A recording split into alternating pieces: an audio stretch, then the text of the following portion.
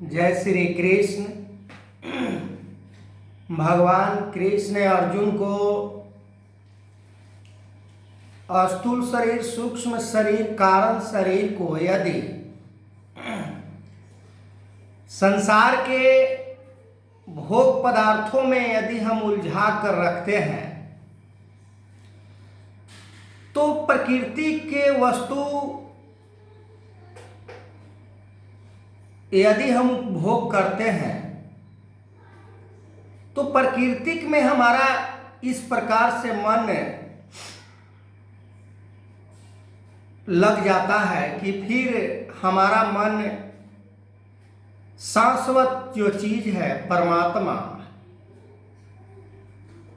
ऐसे परमात्मा के बारे में हम सोच नहीं पाते हैं। तृष्णा मनुष्य के अंदर इतना बढ़ जाने के कारण मनुष्य प्राकृतिक और परमात्मा के अंदर कोई भेद नहीं देखता है। उसे पूरे प्राकृतिक के पदार्थ परमात्मा के समान दिखने लगते हैं और वो उसी में अपना जीवन को व्यर्थ में गंवा देता है। मानो मात्र परमात्मा को प्राप्त करने के लिए शरीर प्राप्त किया था,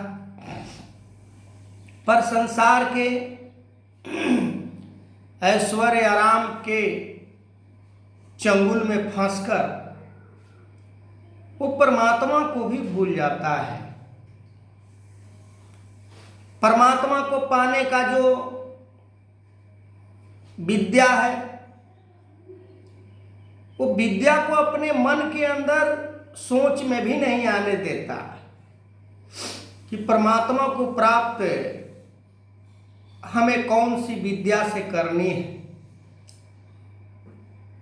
संसार की अनेकों विद्या प्राप्त कर लेता है, संसार के अनेकों बुद्धि ज्ञान को प्राप्त कर लेता है, पर परमात्मा को प्राप्त करने के लिए वो विद्या का खोज नहीं करता है, वो शिक्षा का खोज नहीं करता है, ऐसे गुरु का खोज नहीं करता है जिसके कारण वो जड़मति को प्राप्त होकर आसुरी प्रवृत्ति से युक्त होकर वो अपना जीवन जीता।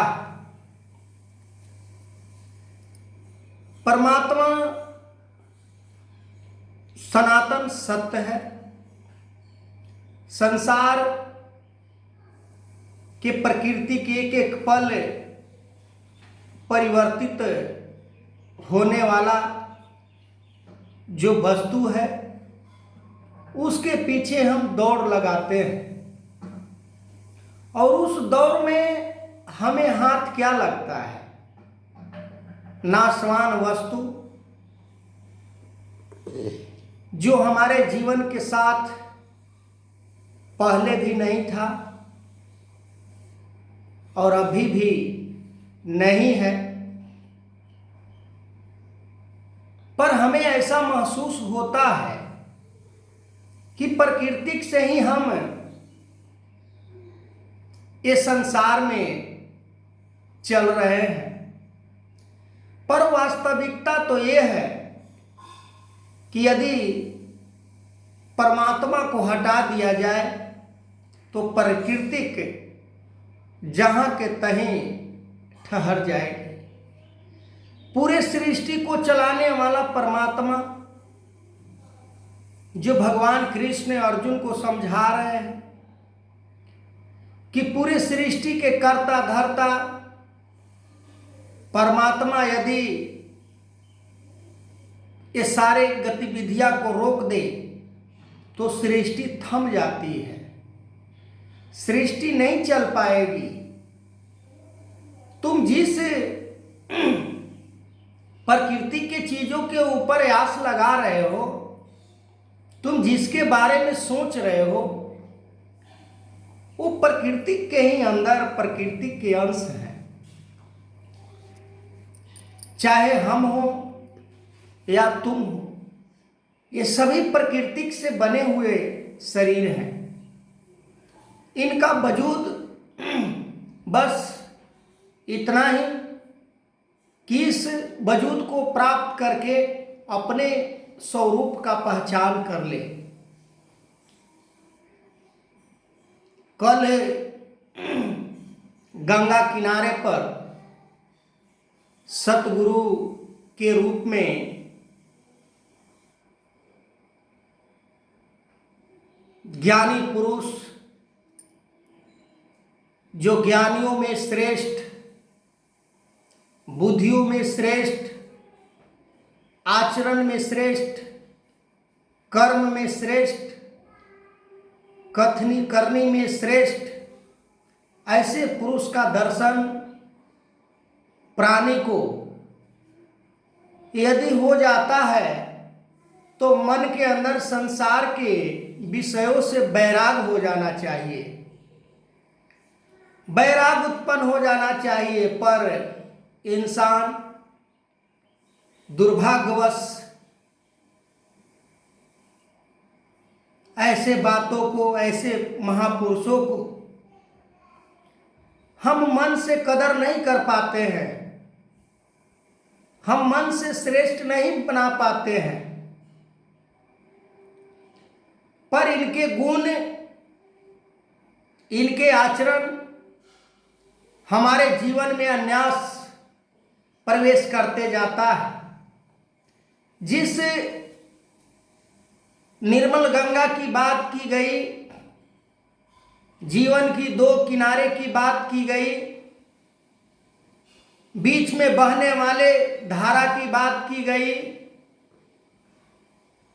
कि जीवन में प्रेम ही प्रेम प्रवाहित हो, इन दोनों छोरों के बीच में बस प्रेम ही प्रेम बहता जाए। पर हम आज क्या कर रहे हैं? हम केवल संसार के पदार्थों के लिए, संसार के चीजों के लिए, धन दौलत, मान प्रतिष्ठा, इज्जत, पैसे कौड़ी, चंद रुपयों के लिए हम प्रेम को उस नाली के समान बहने वाले, जीवन में प्रेम नहीं, उन नाली के गंदे पानी के समान अपने जीवन में वो अहंकार, वो लोभ लालच, स्वार्थ, ईर्षा, बैर विरोध के रूप में प्रवाहित करते हैं। पर हम दुहाई सतगुरु की देते हैं कि सतगुरु हमें ऐसे ज्ञान से नवाजा है, हमें ऐसे परमात्मा से जोड़ा है, तो केवल बातों तक ही हमारा जुड़ाव ना रह जाए, बातों तक ही हमारा बुद्धि ज्ञान सीमित ना रह जाए। इस बुद्धि ज्ञान को हम अपने मानव समाज, मानव परिवार जो आज बिखरे पड़े हैं, उसका कारण, मूल कारण जो है वो है स्वार्थ। स्वार्थ रहित यदि जीवन जिया जाए, स्वार्थ रहित निस्वार्थ होकर जीवन जिया जाए, तो पूरे समाज, पूरे मानव परिवार को एक सूत्र में जोड़ा जा सकता है। जहां से प्रेम ही प्रेम केवल प्रवाहित हो रहा हो, वहां पर भला कौन नहीं ठहरने का कोशिश करेगा। गंगा मैया की उदाहरण दी जा रही थी कि आज भी गंगा की वही महत्व, वही पवित्रता को दोहराई जा रही है। तो आगे मैं वीडियो को कंटिन्यू करूंगा। तब तक के लिए जय श्री कृष्ण।